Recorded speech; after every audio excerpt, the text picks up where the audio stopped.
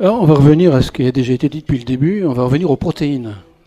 Vous avez dit l'un comme l'autre que les protéines, c'était très important pour les êtres vivants, tous. Et en réalité, les protéines, moi j'appelle ça les molécules effectrices les plus essentielles de la vie, puisque c'est elles qui font toutes les réactions biochimiques. Certaines de ces molécules sont des hormones, d'autres sont des anticorps, des facteurs de croissance, des facteurs de coagulation, de l'albumine, enfin tout ce que vous pouvez imaginer. Donc on a besoin de ces protéines pour que tout se passe bien. Et dans un certain nombre de cas, quand on a des mutations, puisque les protéines sont fabriquées à partir de l'information qui est dans les gènes, quand il y a une mutation dans un gène, la protéine ne marche pas forcément aussi bien. Alors reprenons le cas de la mucoviscidose, il est parfaitement éloquent et on le connaît très bien. Dans le cas de la mucoviscidose, on a fini par repérer le gène qui était fautif, et on a découvert dans ce gène, je crois maintenant, 600 mutations. Mais il y en a surtout une qui est très importante et qui inactive la protéine. Alors ça veut dire que on a bien cette protéine. Si mon gène est légèrement modifié, il a été muté, alors à ce moment-là, ma protéine elle marche plus bien. Elle marche plus bien. Elle marche plus bien. Alors comment guérir ces gens-là? On sait que c'est vraiment extrêmement pénible ces maladies, puisque ça veut dire que de l'eau ne circule pas bien dans toute une série d'organes, et en particulier les poumons, et tous les glaires que l'on se fabrique pour piéger les bactéries et toutes les saloperies qu'on respire, les poussières, ces glaires, en quelque sorte, ne sont pas évacuées puisqu'il n'y a pas assez d'eau. Alors ça fait une espèce de réservoir pour que les bactéries s'y installent et prolifèrent. Et les gens sont vraiment infectés en permanence du poumon, et ils ont une vie très pénible. Alors on lave les poumons, on met des antibiotiques, mais c'est une vie très pénible. Et autrefois, les gens vivaient pas très vieux, maintenant on les maintient beaucoup mieux, mais toujours avec une vie très difficile. Alors que faire pour éliminer ça, pour supprimer... Il n'y a pas 36 solutions, il y en a 2 théoriques possibles. Avec une troisième qui consiste à agir avant la naissance, en triant maintenant. Grâce à la séquence des gènes, on peut dire, cet embryon, il va donner naissance à un enfant qui aura la maladie. Alors on peut faire le choix ou pas, selon l'éthique que l'on a. On peut faire cette élimination maintenant. Maintenant, si on veut guérir quelqu'un qui est malade, qu'est-ce qu'on va faire? Il faut rapporter la protéine, ou bien il faut rapporter le gène. Dans ce cas-là, rapporter la protéine ne servirait pas à grand-chose, parce que la protéine est dans les cellules. Et si vous injectez une protéine à quelqu'un, elle va se promener dans le sang, mais elle ne rentrera pas dans les cellules. Donc on est capable de fabriquer cette protéine manquante, oui, mais on n'est pas capable de l'installer. Dans ce cas-là, non. Dans ce cas-là, de l'installer là où il faudrait. Donc l'alternative, qui ne marche pas d'ailleurs sur le plan technique, c'est de faire ce qu'on appelle la thérapie génique, c'est-à-dire qu'on va prendre un gène normal de ce gène responsable de mucoviscidose, on va le prendre chez un homme normal, et on va le mettre dans le poumon, par exemple, et on espère que ça va guérir. Donc le bon gène, ce qu'on essaye de faire avec la thérapie génique, c'est de l'installer dans les cellules du poumon, là où elles sont, là où il sera utile. Il faut faire une grande distinction. Il n'y a pas du tout de modification du patrimoine génétique, parce que les cellules sexuelles ne sont pas concernées. Donc c'est ni plus ni moins qu'une greffe de gènes. C'est comme si on faisait une greffe d'organes. Ça ne change pas la personnalité de l'individu. Alors dans d'autres cas, on a déjà évoqué... Ça c'est sur le plan théorique. Hein. Aujourd'hui, on n'est pas encore capable de faire ça dans le cas de la mucoviscidose en tout cas. On ne sait pas faire. Voilà, cette thérapie génique. On a évoqué le problème de l'insuline. C'est un très bel exemple, c'est un exemple historique, puisque maintenant l'insuline, ça fait 25 ans que l'insuline issue de bactéries génétiquement modifiées sont utilisées par les diabétiques, et ça marche extrêmement bien. D'accord. Donc là on quitte la mucoviscidose et on entre dans le domaine du diabète. Alors il y a toute une série de protéines que l'on doit faire qui correspond justement à toutes ces maladies génétiques ou à ces manques que certains patients peuvent avoir. Alors ces protéines-là, traditionnellement, on a commencé à en utiliser, à commencer par l'insuline d'ailleurs. Il y a longtemps qu'on souhaite les diabétiques avec l'insuline. Ça fait combien de temps, vous avez une idée? C'était dans les années 20-30. Quand on l'a découverte, on s'est dit, bon, l'insuline, on peut l'injecter à des patients avant le repas, et comme ça, ils ne souffrent pas du sucre qui leur arrive en excès à la fin du repas. Alors, pardon ? Je ne connais pas l'histoire, mais... À cette époque-là, on prenait le porc. On sait que l'insuline est une hormone absolument indispensable pour l'absorption du glucose. Hein. Oui. Et donc, si on n'en a pas, on fait un diabète. Ouais, du sucre. Du sucre, oui, pardon. Donc, à l'époque, on n'avait pas de traitement avant les années 20, comme vient de le dire Louis-Marie. Et la méthode utilisée, c'était d'essayer d'extraire chez l'animal l'hormone en question à partir de pancréas, puisque l'hormone chez l'homme est fabriquée par le pancréas. L'hormone, c'est l'insuline. L'hormone, l'insuline, oui, fabriquée par le pancréas. Et en général, on n'en fabrique plus parce que notre pancréas s'auto-détruit. C'est aussi d'ailleurs un problème d'hérédité. Et donc la question à l'époque, c'était où vais-je trouver de l'insuline comme médicament? Et c'était en général à partir des animaux. Oui, oui. Donc toute l'insuline qu'on avait était d'extraction.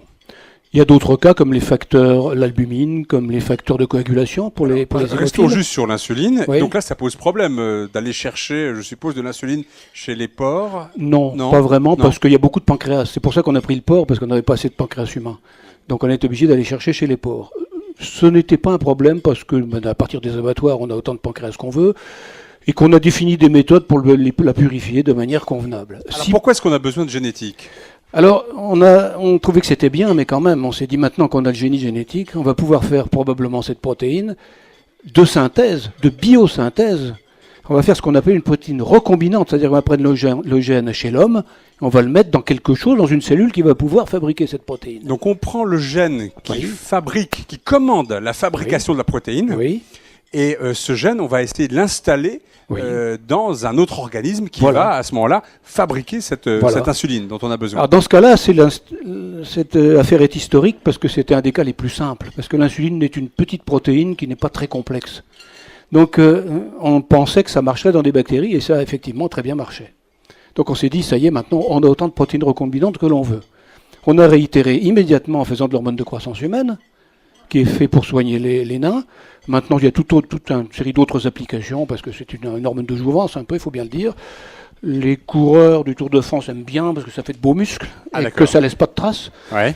Donc c'est très apprécié. On utilise maintenant quelques kilos par an, seulement. Dans le monde entier, on Dans a le besoin monde entier, de quelques kilos Ouais, par an oui. de cette protéine. Alors on l'a produit avec des bactéries, ça marche. Oui. Non, simplement, dans le cas de l'insuline, il n'y avait pas de problème de santé chez l'homme quand on utilisait une protéine issue de l'animal. Simplement, l'homme aurait pu reconnaître d'une certaine manière que ce n'était pas de l'insuline humaine et aurait pu au bout d'un moment lutter contre ça et la rejeter.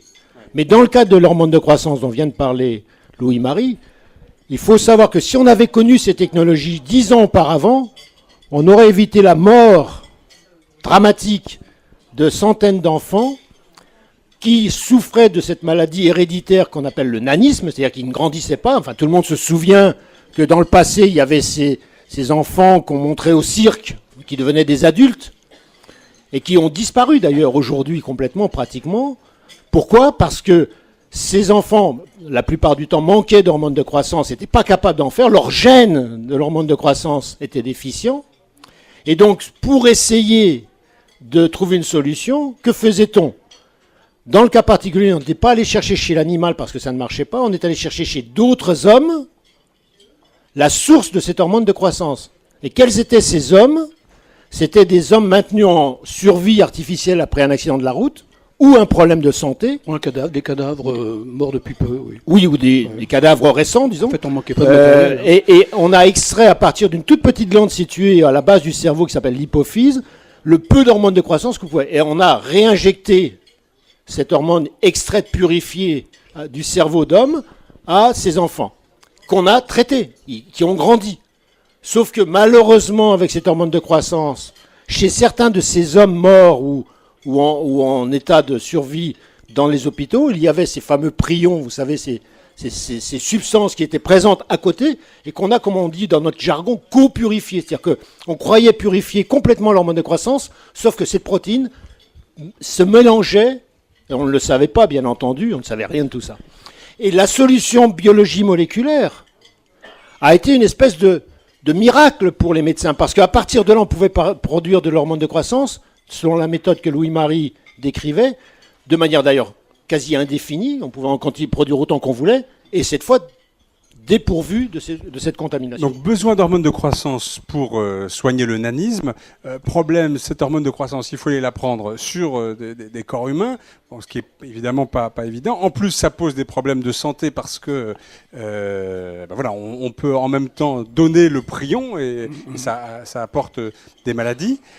Et donc voilà, la solution génétique là, c'est de récupérer le gène qui fabrique l'hormone de croissance, d'installer ce gène dans une bactérie. Oui, dans ce cas-là, dans une bactérie. Oui. Et puis, voilà, on a une usine à production d'hormones de croissance. Et qui marche depuis 20 ans, sans aucun problème. problème. Alors, là, on en vient à vos lapins, s'il vous plaît. Alors on croyait Ah, avoir lapin. résolu le problème, et puis on s'est évidemment adressé à d'autres protéines, cette fois un peu plus complexes, les protéines humaines, donc d'animaux qui sont quand même un peu différents des bactéries. Et on a essayé, par exemple, je parle d'une hormone que tout le monde connaît, le PO, l'érythropoïétine, qui n'est pas faite simplement pour faire monter les cols plus rapidement, c'est d'abord une hormone qui fait augmenter la quantité de globules rouges dans le sang et qui évite de faire des transfusions sanguines, car quand on manque de globules rouges, 3-4 jours, une petite semaine de traitement par cette hormone, et on voit les globules rouges monter extrêmement vite, sans risque. Alors là, quand on a voulu extraire la protéine, on l'a identifiée d'ailleurs très péniblement au départ, et il y en a tellement peu dans le sang que c'était absolument impossible que le sang humain soit une source. Alors, est-ce que vous Pas êtes du en train tout. de venir à vos lapins, là? Parce que moi, je Je voudrais qu'on vais y y- arrive. je vais- là. je vais y Ok, arriver, c'est j'y arrive tout. formidable.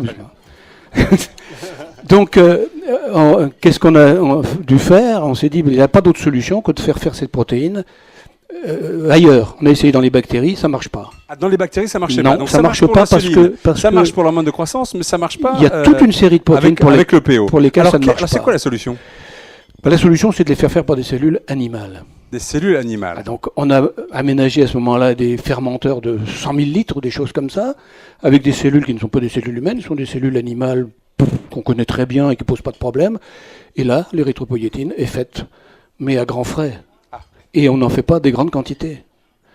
Et ça coûte donc cher, évidemment, l'érythropoïétine. Alors, ceux qui le vendent font de substantiels bénéfices pour autant. Alors, quelle est la solution Eh bien, la solution, une des que solutions vous ça avez peut être- trouvé, que vous proposez qu'on propose, c'est de le faire dans le lait.